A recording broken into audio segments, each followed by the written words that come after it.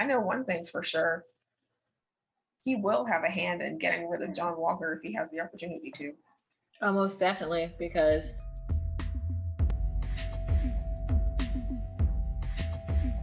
and I like that they're putting Sam Wilson's skills to good use.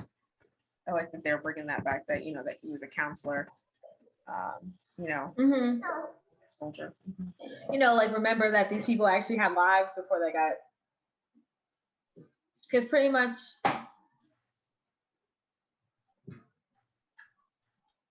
all you really see is, Sam, he was doing his PTSD therapy group sessions, and then he kind of just turned into hanging out with Captain America after that. So you kind of didn't know what else he was doing, even if he did continue being a group leader. So yeah, call back. So if you could play, but in Civil War they were talking about the number of threats that had manifested since Tony Stark revealed that he was Iron Man. Do you think that this was every day? Do you think that what they were doing was everyday work? Or do you think what we are seeing were just more of a larger scale? Because I'm sure to some degree, people who don't have the resources probably weren't trying to pull a bunch of crazy stunts and get away. And we're scared. Yeah. Like, people don't come out in the Batman signal shining. Yeah, but everybody kind of went their own separate ways until a big level threat. And we're to assume that even though S.H.I.E.L.D. went underground on Agents of S.H.I.E.L.D., and then they kind of sort of made a comeback, although I feel like what happened to Agents of S.H.I.E.L.D. world now is now a completely different timeline than everything that has happened in the MCU, because when they ended, what's his face was director of S.H.I.E.L.D., and when you get to WandaVision, it's all sword now. So not unless S.H.I.E.L.D. is still a thing, but we're just moving on and going to be focusing more on sword now. Also, where is Sharon going? Because you see how heavily guarded it is, and she's just walking through. I did not notice that when I watched this episode before, that she was really past armed guards and everything. She's just walking through. Excuse me. But yeah, you're right. It looks like they were opening up and letting her pass through and keeping guard out. But she did mention that she had a hand in the underground world, right? She was doing undercover work there or something. I'm assuming. So she must have some status.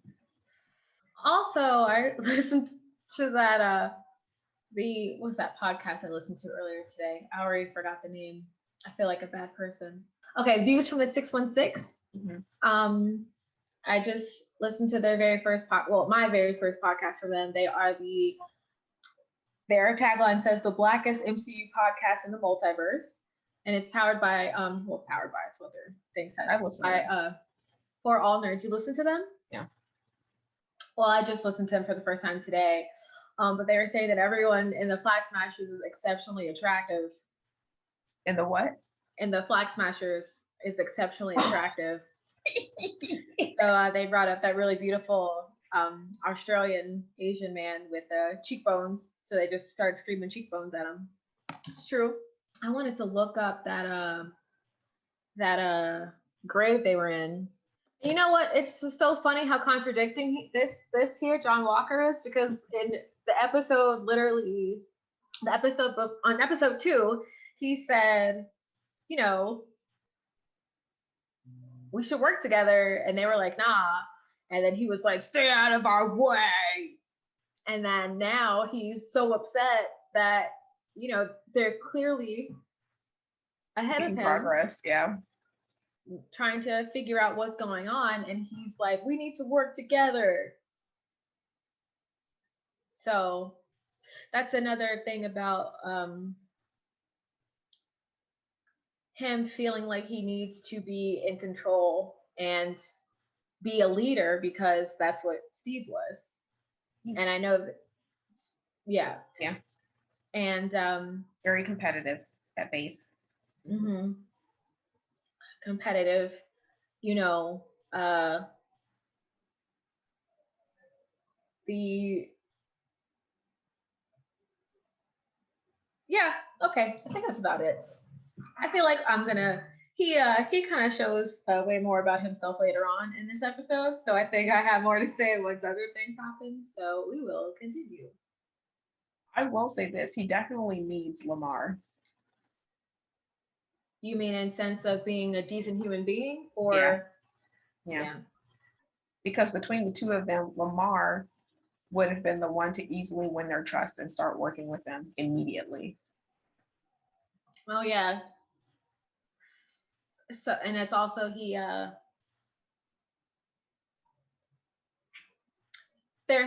probably feels more pressure from the government because he's First day of work, got to do a good job.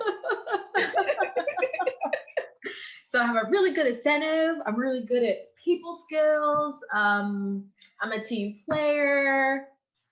Long also jumps are like, yeah. I mean, when he put his resume in Monster, the freaking U.S. government was just like, "Yep, that's the one."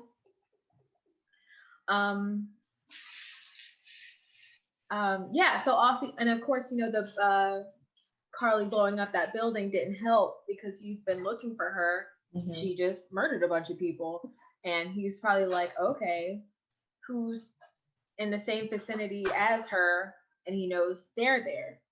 So he already probably feels like behind. So there's that too. Not gonna say anything about this episode, but you did see what happened with Shazam today, right?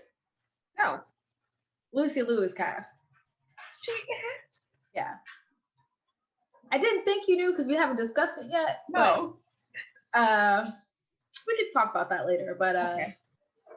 She called him a Nazi.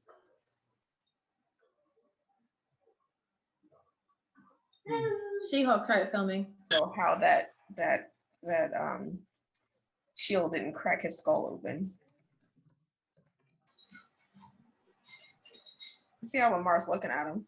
Watch when Io first goes towards Bucky, she immediately tries to disarm him. Maybe she said, "We're done here, James." What'd she say? I said maybe she said, "We're done here, James." His butt hurt because a bunch of women kicked his butt. So he's feeling all kinds of defeated, sad, probably racist, and he knows that he's wrong. You think he knows he's wrong? Were they always, or was she always okay with killing and hoping that they would follow along, or do you think this is a recent development that she's okay with killing? Death is inevitable, so I think she was just coming to terms with it. I don't know if it was you I was telling this to, or anywho, I don't think they tied him up, I think, to keep Lamar safe. I don't think they were going to hurt him at all. If anything, he just would have been used to send a message. I'm sorry, but it looks like he has no tactical training, no fight training. John Walker? Yeah. He doesn't look like he knows how to fight at all. No. I did like the what's with all the knives part. He's probably not used to seeing weapons like that in a day-to-day thing. He's bleeding also from his head. When did he get injured? I missed that thing.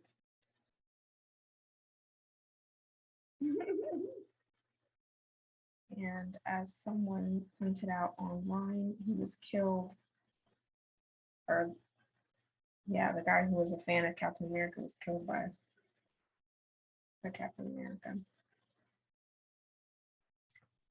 Final thoughts. Say all that again. I'm so sorry. I was saying how I wonder, as I had posted, I wonder how Isaiah Bradley is going to factor into the last couple of episodes, and I hope that he gets some sort of resolve. I feel like the shield is probably going to go to him, but that wouldn't suffice by any means, So I wonder, what else is going to happen with this character. And of course, um,